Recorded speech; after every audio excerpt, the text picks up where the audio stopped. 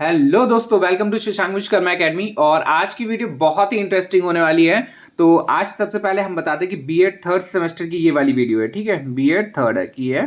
और हाँ, school management and leadership का एक टॉपिक है जो कि काफ़ी इंपॉर्टेंट है, ऑर्गेनाइजेशन। इसकी हम लोग दो डेफिनेशंस को याद करेंगे। और देखिए, सबसे पहले कि अगर याद हो जाए तो प्लीज़ वीडियो को लाइक कर दीजिएगा, और जो नए लोग हैं वो सब्सक्राइब कर लीजिएगा, क्योंकि ऐसी ही वीडियो आप लोगों के लिए आती रहेगी। ठीक है, तो सबसे पहले हम लोग एक डेफिनेशन देखेंगे, फिर कुछ थ्योरीज के बारे में देखेंगे कि ऑर्गेनाइजेशन क्या है, उसके कुछ इंपॉर्टेंट पॉइंट्स देखेंगे। फिर उसके बाद एक और डेफिनेशन देखेंगे, जिससे कि आप लोगों को याद रहे कि हाँ, पहली वाली याद है, क्योंकि 10 मिनट के लमसम हो ही जाएगी वीडियो। तो आप लोग को याद है कि नहीं याद है, वो इसी से ही पता चल जाएगा। ठीक है, चलिए स्टार्ट करते हैं। तो सबसे पहला जो हमारा ऑर्गेनाइजेशन की डेफिनेशन है वो है मैफारलैंड की। ठीक है, याद रखिएगा, मैफार और लैंड। ठीक, अब सबसे पहले हम लोग देख लेते हैं कि याद हुई कि नहीं हुई।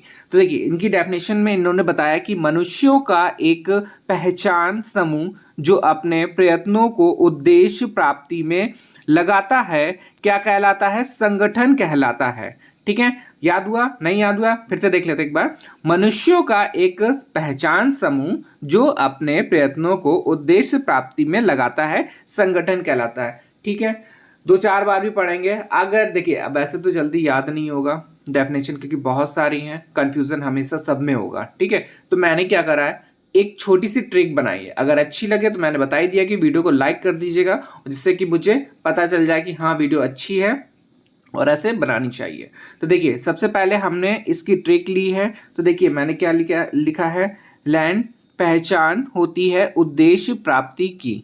ठीक है, अभी मैं इसको एक्सप्लेन करता हूं कि मैंने कहां कहां से क्या क्या लिया है। सबसे पहले देखिए, ये लिया तो मैं इसका हो जाएगा मैफारलैंड। पहचान से पहचान समूह हो गया। ठीक है, होती हटाई दिए, उद्देश्य, उद्देश्य प्राप्ति, उद्देश्य और प्राप्ति। ठीक है, अब देखिए इसको कैसे मैंने बता मतलब कि याद करेंगे। सबसे पहले देखिए, कोई भी इंसान होता है, उसका क्या उद्देश्य होता है कि मेरे पास एक जमीन होनी चाहिए, ठीक, खुद का मतलब कि मकान बने उसमें। और मेन जो बेसिक है वो यही है कि कोई भी आदमी, इंसान सबसे पहले क्या सोचता है कि मेरे पास जमीन हो और खुद का एक मकान उस पर हम लोग बनवा लें। ठीक है, तो इसी से मैंने बनाया कि लैंड पहचान होती है उद्देश्य प्राप्ति की, एक गोल प्राप्ति की पहचान होती है लैंड, जिससे कि उसका नाम हो कि हाँ, ये इसका मकान है। ठीक है, तो अब इसी से हम लोग देखिए याद करेंगे। अब सपोज कि अगर यहाँ पे हमने ये दिया मैफारलैंड, ठीक है, तो मैफारलैंड से आप लोग को याद रहेगा कहीं ना कहीं वो पहचान और कहीं ना कहीं वो उद्देश्य प्राप्ति की। ठीक है, तो ऐसे ही हम लोग कीवर्ड्स को उठा के इसको मैंने ट्रिक बनाई है। ठीक है, तो देखिए, मेरे ख्याल से थोड़ा बहुत तो याद ही हो गया होगा, 30% याद हुआ होगा, कुछ भी याद होगा, मतलब कि इस पे याद तो हम कंफर्म है कि हो ही गया होगा। ठीक है, चलिए फिर से देखते हैं। लैंड पहचान होती है उद्देश्य प्राप्ति की, और इसकी डेफिनेशन क्या हो जाएगी? मनुष्यों का एक पहचान समूह जो अपने प्रयत्नों को उद्देश्य प्राप्ति में लगाता है, क्या कहलाता है? संगठन कहलाता है। किसने दी है ये डेफिनेशन? मैफारलैंड ने दी है। ठीक है, और देखिए, नोट डाउन कर लीजिएगा या स्क्रीनशॉट ले लीजिए। ठीक, चलिए अब देखते हैं इसकी थ्योरी क्या क्या इस पे दिया गया है। तो सबसे पहले इसकी अर्थ और परिभाषा को देखेंगे।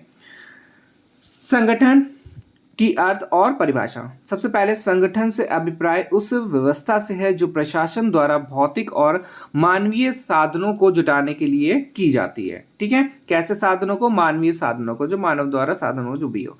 फिर इस पे दिया गया है, संगठन प्रशासन का द्वित्व आधारभूत कार्य है। यह कार्य दो रूपों में किया जाता है। प्रथम कैसा है? मानवीय संगठन। सेकंड क्या हो जाएगा? भौतिक संगठन। ठीक है, तो दोनों इंपॉर्टेंट है, नोट डाउन कर लीजिएगा। फिर इस पे दिया गया है, प्रथम जो मानव संगठन में शिक्षक आ जाते हैं, कर्मचारीगण आ जाते हैं, शिक्षा समितियां आ जाती हैं, छात्र आ जाते हैं, और अन्य संबंधी मानवीय तत्व सम्मिलित रहते हैं। ठीक है, अब ये पूरा एक स्कूल मानिए, स्कूल हो गया, बट ये हमारा सेकेंडरी हो जाए, क्योंकि ये स्कूल के अंदर का पूरा पहला हो जाएगा, हमारा प्रथम हो जाएगा मानवीय, क्योंकि स्कूल के अंदर ही सारे मानव मिलेंगे। मानव से रिलेटेड आपका शिक्षक हो जाएगा, कर्मचारीगण हो गया, शिक्षक समितियां हो गई, छात्रगण हो गए, और अन्य संबंधी मानवीय जो भी लोग हैं वो सारे हो जाएंगे। द्वितीय में क्या हो जाएगा? भौतिक संगठन। अब स्कूल पे आ जाइए। अब स्कूल में क्या हो जाएगा? भवन है, पुस्तकालय है, प्रयोगशालाएं हैं, खेल का मैदान है, तथा अन्य शैक्षिक सहायक सामग्री सम्मिलित हैं। ठीक है, मतलब कि जो भी नॉन लिविंग थिंग्स है वो सारा किस पे आ जाएगा, सेकंड में आ जाएगा, भौतिक संगठन में हो जाएगा। ठीक, फिर इसके बाद दिया गया संगठन इन दोनों तत्वों से समन्वय स्थापित करता है और इन्हें इस प्रकार व्यवस्थित करता है कि उद्देश्य प्राप्ति में कोई असुविधा ना हो। यह व्यवस्था औपचारिक और अनौपचारिक दोनों रूपों में संभव है और औपचारिक व्यवस्था कार्यकर्ताओं में एक पदानुक्रम होता है। इसमें कार्य वरिष्ठ और अधीनस्थ के रूप में बांटे जाते हैं, बटे होते हैं। ठीक है, और इसमें संगठनात्मक संबंध आदेशों और सूचनाओं के आदान प्रदान से होता है, जबकि अनौपचारिक व्यवस्था में संबंध व्यक्तिगत अभिवृत्ति, रुचि, विश्वास, मान्यता और विचार और कार्य के आधार बनते हैं। संगठन के दोनों रूपों में समन्वय के अभाव में लक्ष्य प्राप्ति असंभव है और इसलिए संगठन का एक यंत्र रूप में कार्य करता है। संगठन को विभिन्न विद्वानों ने अग्रनिहित रूप से परिभाषित किया। ठीक है, तो परिभाषा मैंने एक बता ही दी आपको, ये आपको याद ही हो गई होगी। ठीक है, अब इसके बाद देखते हैं संगठन संबंधी कार्य, जो इनके कार्य हैं फंक्शन रिलेटेड ऑर्गेनाइजेशंस। तो कौन कौन से कार्य हैं उनको देखेंगे। ठीक है, प्रशासन का द्वितीय आधारभूत कार्य संगठन है। संगठन एक व्यवस्था है जिससे मानवीय और भौतिक साधनों में समन्वय स्थापित किया जाता है। इस दृष्टि से प्रशासन के संगठन संबंधित विविध कार्यों को हम निम्नलिखित रूपों में समझ सकते हैं। ठीक है, तो पहला जो इनका कार्य है वो क्या है, कार्य को सरल और लाभप्रद बनाना। ठीक है, इजी वे में करने के लिए कुछ भी हो। तो इसमें दिया गया है कुशल संगठन प्रशासन कार्यों को सरल बना देता है।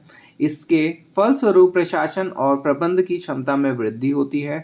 इस प्रकार अच्छा संगठन कार्यकर्ताओं की योग्यता और अनुभव का लाभ उठाता है, जबकि अयोग्य संगठन उद्देश्य पूर्ति में सहायक नहीं हो पाता है और उद्देश्यहीन कार्यों में समय की बर्बादी करता है। ठीक है, तो कार्य सरल और लाभप्रद में आप लोग इसको एक्सप्लेन कर सकते हैं इस पॉइंट से।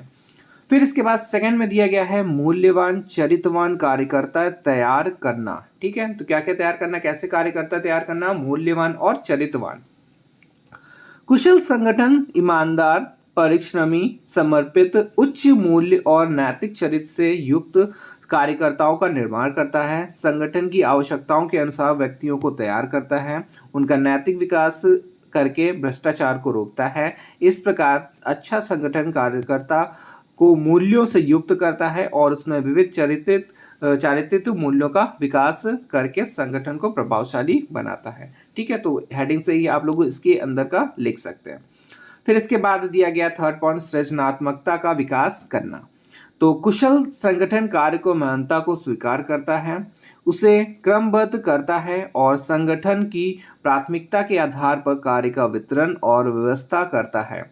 इस प्रकार कार्य विभाजन से कार्यकर्ता में सृजनात्मकता का विकास होता है और वह कम समय और कम व्यय में अधिक और अच्छा उत्पादन संभव करता है। ठीक है, क्रिएटिविटी होगी तो कुछ ना कुछ, देखिए कोशिश यही रहती है कि कम, देखिए इसी में देखेंगे, कम मतलब कि व्यय कम, मतलब कम खर्चे और कम उत्पादन संभव बनाता है। ठीक है, कम मतलब कम खर्चों में अच्छा कुछ प्रोडक्ट बनाना या फिर अच्छा कुछ काम करना। ठीक है, फिर इसके बाद दिया गया स्वाभाविक विकास को बढ़ावा देना। तो कुशल संगठन इस प्रकार का ढांचा है, स्ट्रक्चर है, तैयार करता है जिसमें विकास क्रम स्वाभाविक रूप से चलता रहता है। इससे स्व विकास तो होता ही है, साथ ही क्रियाकलापों का विस्तार भी होता है। इस प्रकार इन विकसित क्रियाकलापों के द्वारा प्रगति भी शीघ्रतापूर्व होती है। ठीक है, तो स्वाभाविक विकास को बढ़ावा देना। ठीक है, तो ये हो गया आपका फोर्थ पॉइंट। अब फिफ्थ पॉइंट पे देखते हैं, विभिन्न कार्यों एवं साधनों में समन्वय स्थापित करना। काफी इंपॉर्टेंट पॉइंट्स है, तो इसको नोट डाउन जरूर कर लीजिएगा। और इस पे दिया गया कुशल संगठन विशिष्टीकरण वर्गीकरण के द्वारा कार्यों में समन्वय स्थापित करता है और मानवीय एवं भौतिक साधनों को इस प्रकार समन्वित करता है ताकि कम से कम व्यय पर अधिक से अधिक लाभ संभव हो सके। इससे विकास की दर में तेजी आती है और प्रशासनिक विकास में सहायता मिलती है। ठीक है, जहां पे कम रुपए खर्च होंगे और अच्छा काम होगा तो क्या होगा, विकास ही तो होगा। तो इस पे दिया गया।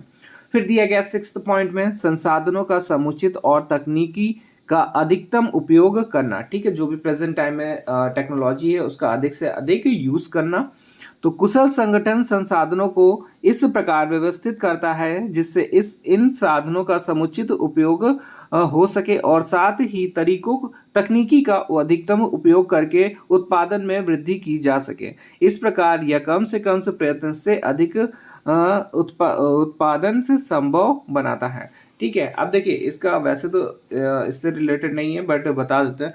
जैसे कि अभी पहले देखा होगा प्रचार क्या होता था, गली गली में जाके माइक से बोला जाता था। अब क्या होता है, पूरा सोशल मीडिया से होने लगा है। फेसबुक हो गया, व्हाट्सएप हो गया और जितने भी अलग अलग चीजें हैं उससे होने लगे हैं। ठीक है, फेसबुक तो बहुत तेजी से चलता है।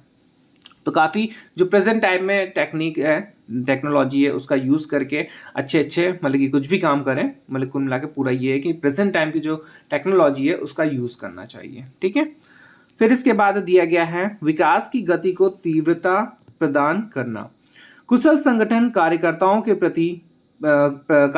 के लिए प्रशिक्षण की व्यवस्था करता है। प्रशिक्षित व्यक्तियों को प्रशासन में विभिन्न पदों पर नियुक्ति प्रदान करता है और उनकी कुशलता और योग्यता का अधिकतम से लाभ प्राप्त कर संगठन के विकास को तीव्र गति प्रदान करता है।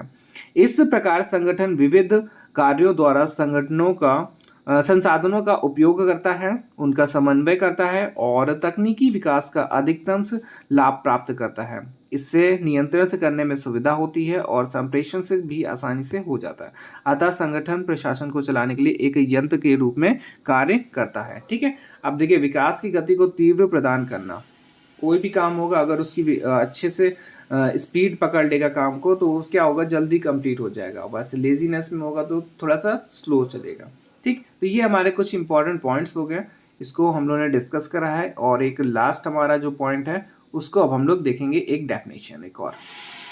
एक डेफिनेशन अभी हम लोगों ने किसकी देखी थी, लैंड की देखी थी, मैकफारलैंड की। ठीक है, सेकेंड डेफिनेशन है प्रोफेसर LH हेनी। ठीक है, इनकी जो इन्होंने डेफिनेशन दी है वो है संगठन एक विशिष्ट भाग का सुसंगत समायोजन है जो कुछ सामान्य उद्देश्यों को संपादित करता है। ठीक है, आप देखिए इसको मैंने याद कैसे करा है वो देखते हैं। लिखा है हैनी, ठीक है, तो हैनी से मैंने करा हनी।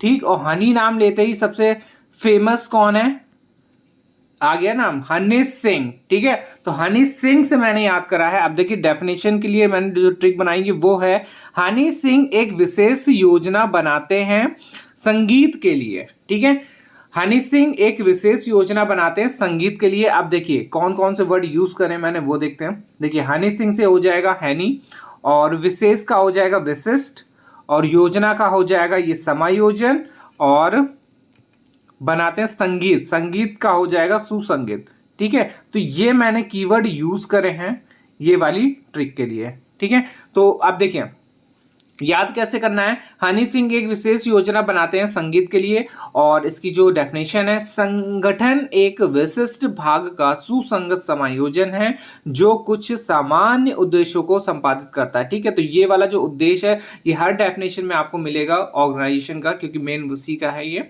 ठीक है, तो अब देखिए अब इसको याद करने के लिए मेरे ख्याल से आप लोग को याद भी हो गया होगा थोड़ा बहुत, 20-30% तो देखिए याद होगा, एक बार में कुछ चीज याद नहीं होगी। तो हनी सिंह जहां से आपका आएगा तो जाहिर सी बात है हनी सिंह किससे रिलेटेड है, संगीत से, तो संगीत का आ जाएगा यहाँ पे। ठीक, तो संगीत और हनी सिंह ये रिलेट हो जाएगा, तो कहीं ना कहीं आपको ये वाली डेफिनेशन भी याद आ जाएगी। संगठन एक विशिष्ट भाग का सुसंगत समायोजन है जो कुछ सामान्य उद्देश्यों को संपादित करता है। ठीक है, तो ये ट्रिक याद कर लीजिएगा, और मेरे ख्याल से थोड़ा बहुत तो याद ही होगी। ठीक है, चलिए मिलते हैं नेक्स्ट वीडियो में, धन्यवाद।